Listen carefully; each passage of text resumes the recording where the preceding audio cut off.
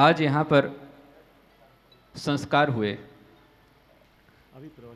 लोगों ने पूछा कि आखिर क्या पड़ी है आपको गुप्ती नंदी जी? जिंदगी के आंगन में दीप जला लो और जिंदगी की बगिया में पुष्प खिला लो। क्या बात है।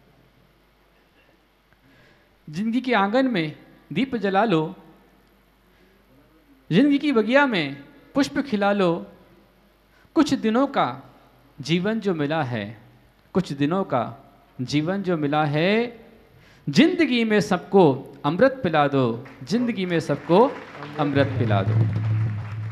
तो किसी भी तरह से तीर्थंकरों की पाती एक लेटर आपके नाम से आया है और जिस जिसके नाम से पत्र आता है उसको बुलाता हूँ और देता जाता हूँ। आपको ध्यान हो, एक दृष्टांत मैंने शुरू किया था। एक बच्चा जब गर्भ में आया तो गर्भ में आते ही पिता की मृत्यु हो गई, जन्म लेते ही नानी की मृत्यु हो गई।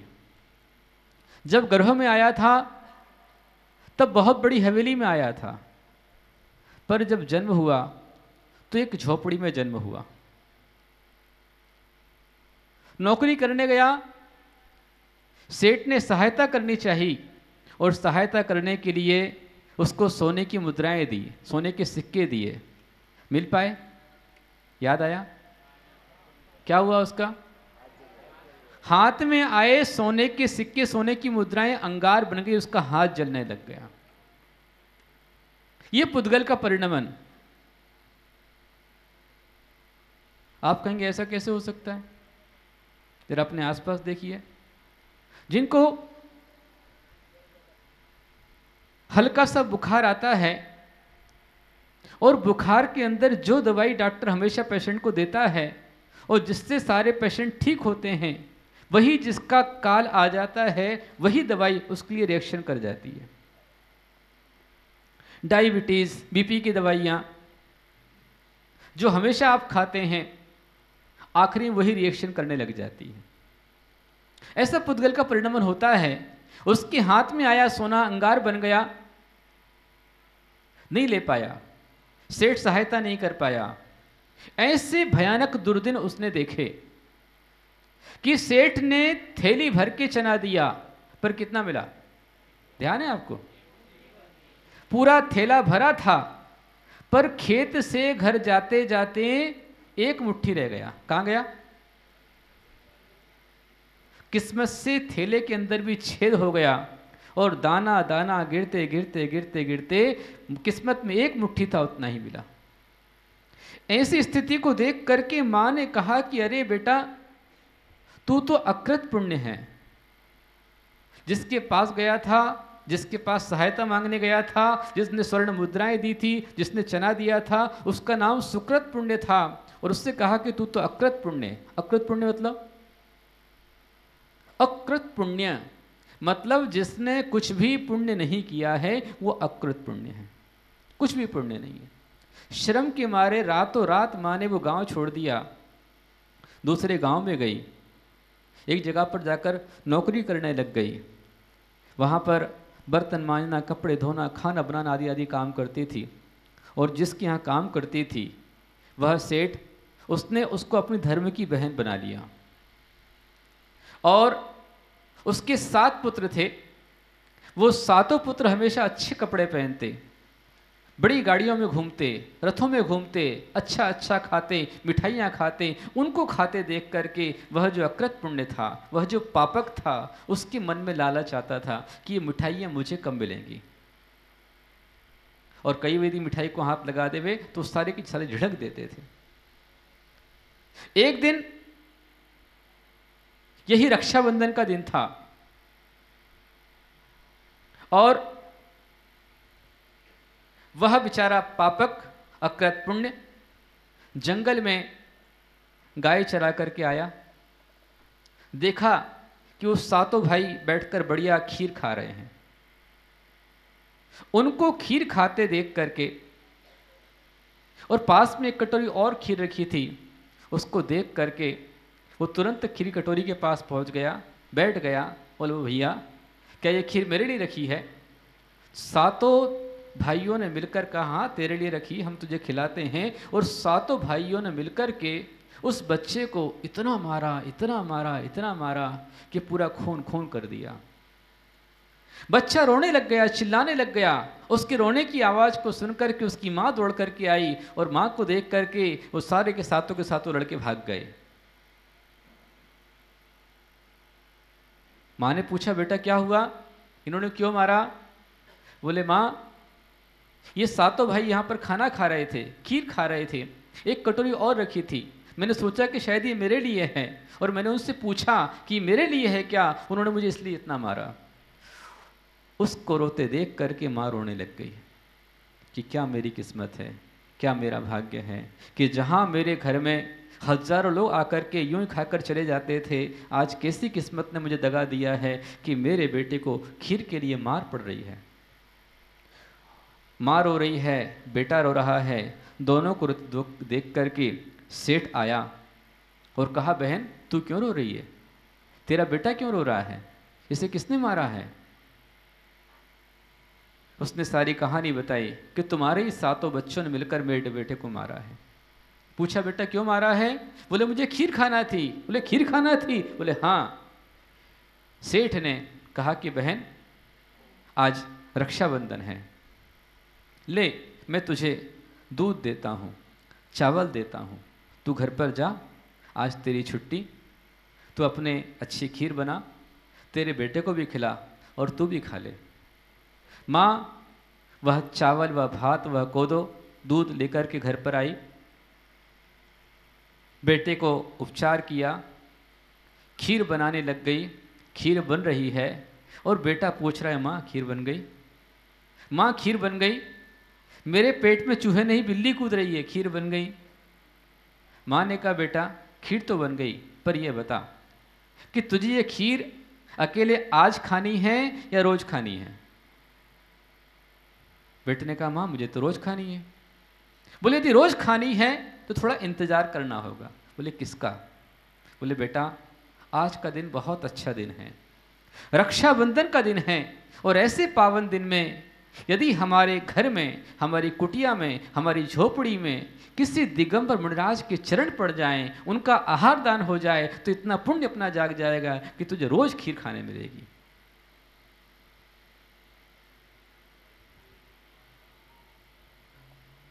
बेटे ने माँ से पूछा कि वो मुनिराज कहाँ रहते हैं, कब आते हैं, बहुत सारा विषय पूछा। माँ ने कहा, बेटा वो मुनिराज बड़े भाग्य से, बड़े पुण्य से, जिनके जन्म जन्मांतर का पुण्य होता है, उसको दर्शन के लिए मिलते हैं। साधु नाम दर्शनम पुण्य तीर्थ भूता ही साधवा। साधु का दर्शन पुण्य से मिलता है और साधु तीर्थ स्वरूप होते हैं। हमारे ग्रंथ, हमारे आचार्य कहते हैं कि जे गुरु चरण जहां धरें, जग में तीर्थ होए। दिगंबर साधु जहां चरण धर देते हैं, वो स्थान ही पावन तीर्थ बन जाता है, तीर्थ स्वरूप हो जाता है।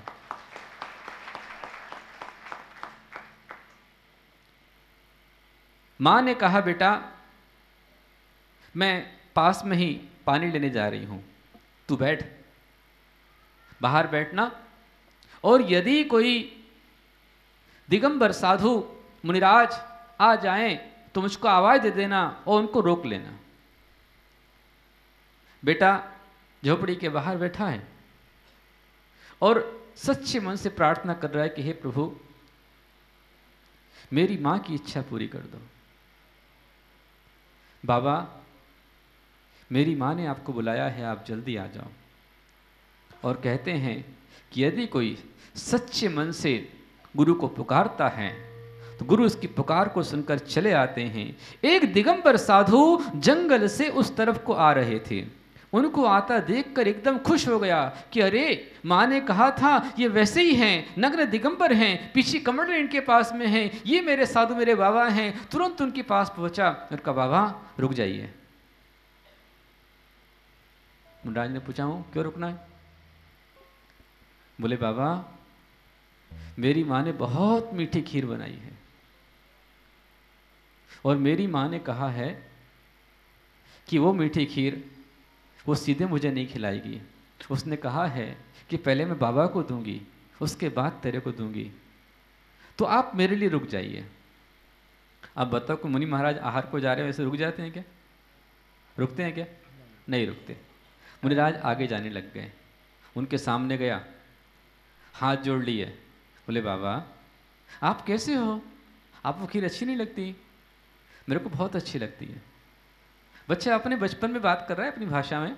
बोले बाबा मेरी माँ ने इतनी मीठी खीर बनाई, इतनी सुंदर खीर बनाई है, उसकी सुगंध से पूरी झोपड़ी महक रही है, आप रुक जाओ, क्या जाएगा आपका? अब मुनिराज तो आगे जाने लग गए। आगे जाता देखकर उसने कहा बाबा देखो रुक जाओ, नहीं तो मैं आपके चरण पकड़ लूंगा। और मुनिराज आगे बढ़ने लग गए। जैसे ही आगे बढ़ने लग गए, उनको आगे बढ़ता देख करके उस बच्चे ने मुनिराज के चरण पकड़ लिए, और चरण पकड़ करके वह कहता है अम्मा गई पानी को ठहरो थोड़ा गुरुवर, माता आए बिना पावे छोड़ो नहीं शिवर। अम्मा गई पानी को ठहरो थोड़ा गुरुवर, माता आए बिना पावे छोड़ो नहीं ऋषिवर। माता आए बिना पावे छोड़ो नहीं ऋषिवर। आहार की बेला में आहार बनाया, आहार की बेला में आहार बनाया, दूध घृत शक्कर से चौका लगाया, दूध घृत शक्कर चौका लगाया, बात को दुका बनाया, बात को दुका बनाया। आओ हे मुनिवर, माता आए बिना पावे छोड़ नहीं ऋषिवर। माता आए बिना पावे छोड़ नहीं ऋषिवर। भूख लगी थी मुझे खीर मैंने मांगी, भूख लगी खीर मैंने मांगी, माँ बोली बेटा रोके पानी लेके आती, माँ बोली बोली बेटा पानी लेके आती। मुनि को आहार देके हो, मुनि को आहार देके खाना तो मैंने बर। माता आए बिना पावे छोड़ नहीं ऋषिवर।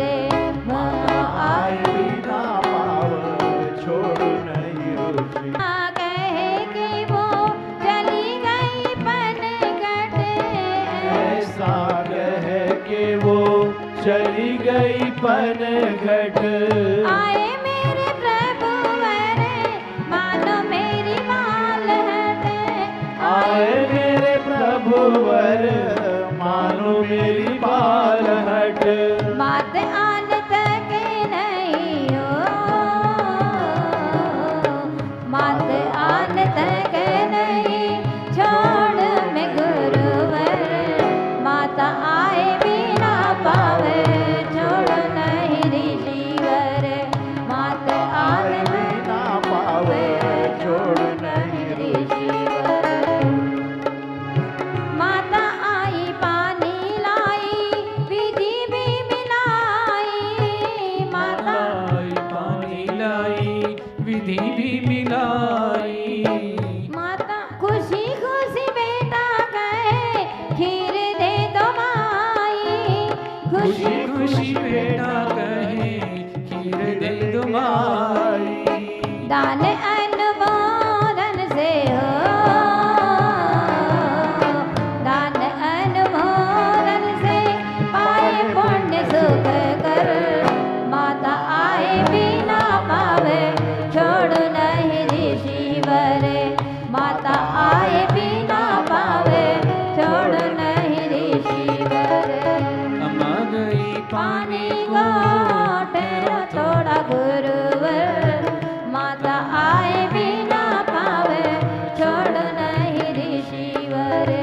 माता आए बिना पावे छोड़ नहीं रे जीवन। माता आई, उसने विधि को मिलाया, तुरंत बोली अरे बेटा बेटा गुरुदेव के पैर छोड़, और तुरंत कहती हे स्वामीन नमोस्तु नमोस्तु नमोस्तु अत्र अत्र तिष्ठ तिष्ठ आहार जल शुद्ध है। नवदा भक्ति से उनका तुरंत उसने मुनिराज का पड़गाहन किया, 3 परिक्रमा लगाई, अंदर लेकर गई, कहा हे स्वामी नमोस्तु, मन शुद्धि वचन शुद्धि काय शुद्धि आहार जल शुद्ध है, भोजनशाला में प्रवेश कीजिए। पुनः अंदर लेकर गई, वहां पुनः उसने उच्चासन दिया, हे गुरुदेव उच्चासन ग्रहण कीजिए। जैसे उच्चासन के लिए कहा, गुरुदेव ने इशारा किया पाटा उठाओ। आप लोगों ने देखा हमको चौके में आप बोलते हो गुरुदेव उच्चासन ग्रहण करो, हम लोग बोलते पाटा उठाओ। पाटा क्यों उठवाते मालूम है? किस लिए? महान भावों हमारे गुरुदेव एक शिविर लगा रहे थे, आज से तकरीबन लगभग 26 साल पहले, 1993 में, 92-93 में। शिविर के अंदर बहुत सारे बच्चे थे, करीब 500 के ऊपर बच्चे होंगे। आहार दान का पाठ पढ़ाया, बाद में शंका समाधान प्रश्न मंच शुरू हुआ। उन्होंने बच्चों से पूछा, बच्चों बताओ कि गुरुदेव चौके में आहार के पाटा क्यों उठवाते हैं? बहुत सारे बच्चे थे, सबने अपने अपने ढंग से उत्तर दिया। एक बच्चा थोड़ा नॉटी बॉय था, नटखट था। उनके गुरुदेव बोले बोल भाई, बोले गुरुदेव आज का जमाना आतंकवाद का जमाना है। बोले जहां देखो वहां बम फूट रहे, कभी कचरे के ढेर में फूटता है, कभी किसी कार में फूटता है, कभी किसी गाड़ी में फूटता है। तो मुनि महाराज पाटा उठवा के देखते नीचे कहीं बम तो नहीं रखा हुआ है, इसके लिए पाटा उठवाते हैं? नहीं, जीव दया के लिए, कोई जीव जंतु तो नहीं है, इसके लिए पाटा उठवाते हैं। उच्चासन दिया, पाद प्रक्षाल किया, थाली दिखलाई और निवेदन किया, हे स्वामी नमोस्तु, मन शुद्धि वचन शुद्धि काय शुद्धि आहार जल शुद्ध है, भोजन ग्रहण कीजिए। आप क्या बोलते हो? हे स्वामी नमोस्तु, मन की शुद्धि वचन की शुद्धि काय की शुद्धि।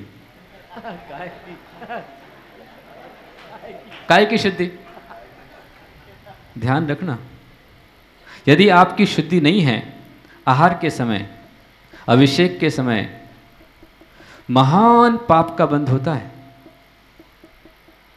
सामान्य बात नहीं है। आप सोचते हैं कि कोई बात नहीं, अभी जो 2 तारीख को आपके यहाँ पर विधान होने वाला है, जिसका नाम है सर्व रोग निवारक विधान, इस विधान की यदि कथा आप पढ़ेंगे, आपके पास में पुस्तक आ चुकी, एक बार पढ़ना उसको। एक राजा ने मुनिराज को पूछा कि हे मुनिवर, आज मैं सुखी हूं, मेरी महारानी सुखी है, परिवार सुखी है, मेरा उसके प्रति प्रेम है, उसका मेरे प्रति प्रेम है, क्या ये सुख हमारा हमेशा था? मुनिराज ने बताया नहीं, इससे पहले कि पर्याय में तू ईश्वरचंद्र नाम का सेठ का पुत्र था, और तेरी पत्नी जिसका नाम था चंदना, एक दिन वहां पर एक मुनिराज आए। वे मुनिराज मासुफवासी थे, महान तपस्वी थे, उनके लिए पूरे नगर में चौके लगे थे, और तूने अपनी पत्नी से कहा कि वो मुनिराज आए हैं, मासुफवासी हैं, बहुत तपस्वी हैं, उनके लिए चौका लगा, पड़गाहन कर। पत्नी ने कहा कि क्षमा कीजिए, मैं अभी आहार नहीं दे सकती, मैं घर में आपके लिए खाना नहीं बना सकती, मैं मुनिराज का पड़गाहन नहीं करूंगी। सेठ ने कहा चुप, कुछ मत बोल, किसी को पता नहीं है, मुनिराज आया आहार दे। और उसने फोर्स किया ईश्वरचंद्र ने, और अपने पति कहने पर पत्नी ने अशुद्ध अवस्था में, जिसमें घर में चौका नहीं बनता है, घर में खाना नहीं बनाया जाता है, ऐसी अशुद्ध अवस्था में उन दोनों ने चौका बना करके मुनिराज का पड़गाहन किया। मुनिराज आ भी गए, उसने आहार दे लिया। आहार देने के बाद मुनिराज चले गए, और मुनिराज के जाने के बाद 3 दिन बाद ही दोनों के शरीर में कोढ़ निकल आया।